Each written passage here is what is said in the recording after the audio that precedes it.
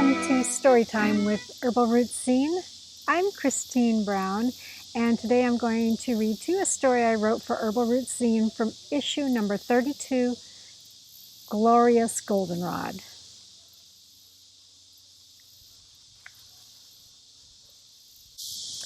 Do you get allergies in the autumn time?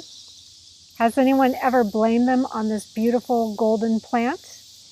It might surprise you to learn that goldenrod isn't the cause of your allergies, but it can actually help you to overcome them.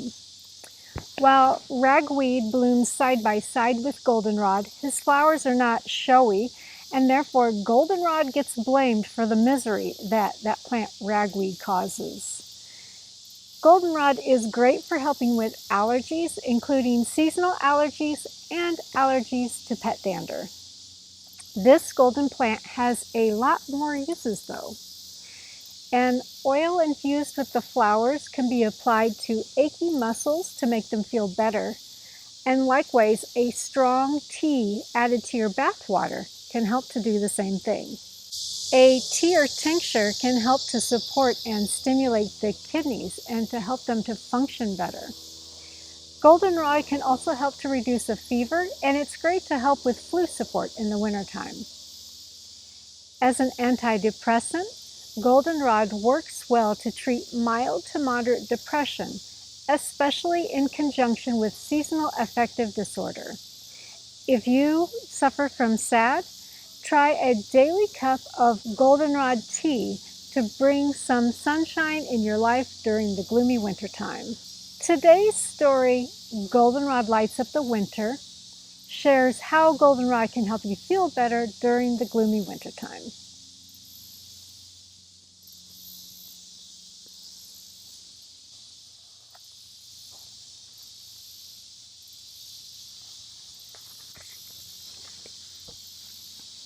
Winter had fallen across the camp of the people, and the snow was piled high.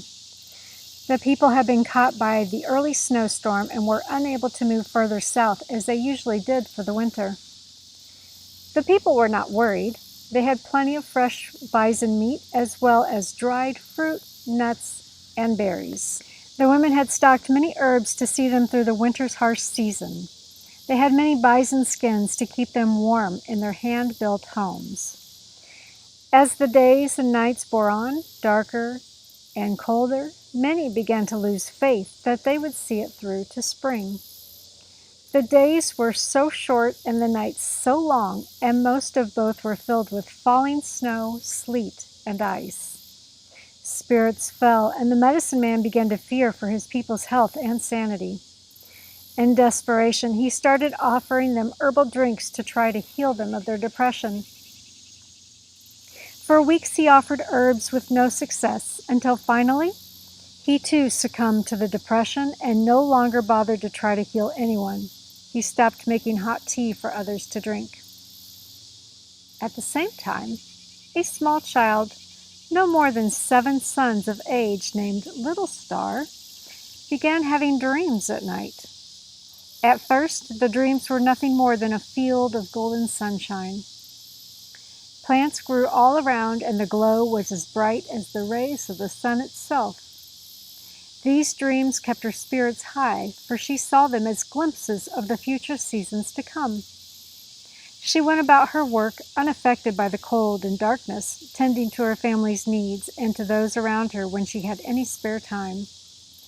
After several nights of this, her dreams found her wandering through the fields, brushing the golden rays with her fingertips as she danced through them, giggling with joy.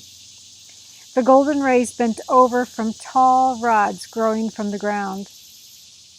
At times, she grasped the rods and ran in circles around them, golden sparks showering all around her. The next morning, she awoke and went about her work, deep in thought. Last night's dream reminded Little Star of a plant that she had seen growing in the field during the fall.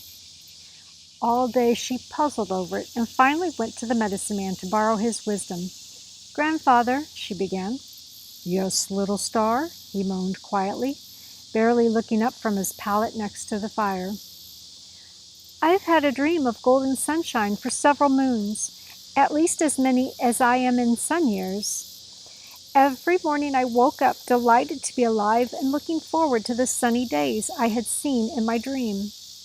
This has kept me happy and strong when everyone around me seems to be sad and weak. Last night the dream changed. I wandered through the fields of golden rays, dancing among them and touching them with my fingers. They reminded me of a plant we harvested this fall in the field. I cannot remember what it was, though, and was hoping that you could help me remember. Was the plant short or tall? Asked Grandfather. They were taller than me, with green leaves going up the stems. The stems were like rods, and I held on to them and swung around them, dancing and playing through the field. Golden rays of flowers? Tall rod-like stems? Perhaps you mean the goldenrod, little star, surmised Grandfather. Why, yes, exclaimed Little Star, that is it. Quick, Grandfather, we must give everyone a tea of this delightful plant, and everyone will lift in spirits, I'm sure of it. And so, knowing the Great Spirit works in magical ways, especially through the minds of children, Grandfather prepared a large pot of goldenrod tea, and with Little Star's help, took it around to all the people, encouraging them to drink. Everyone accepted the drink, grateful for something warming on the cold morning. Within hours, a change was seen over the people. They seemed a bit less sad and more willing to do their daily chores. Grandfather and Little Star continued to serve the people goldenrod tea for the rest of the winter, and within a few weeks, everyone was in good spirits again, dreaming of golden fields and warmer days ahead. They made it through the rest of the winter without any more hardships, and when spring arrived, they gave thanks to Little Star, Grandfather, and most of all, the Great Spirit for providing them with goldenrod to heal their sadness. From then on, they made sure to harvest enough goldenrod to see them through the wintry months and drank the tea daily to keep the sadness and sickness away. They always remembered to thank Goldenrod and the Great Spirit as well for the gifts and never took them for granted. In return, Goldenrod grew in abundance all across the land. And so today, we can still find goldenrod blooming in abundance, ready to share his medicine with us. I hope you enjoyed today's story.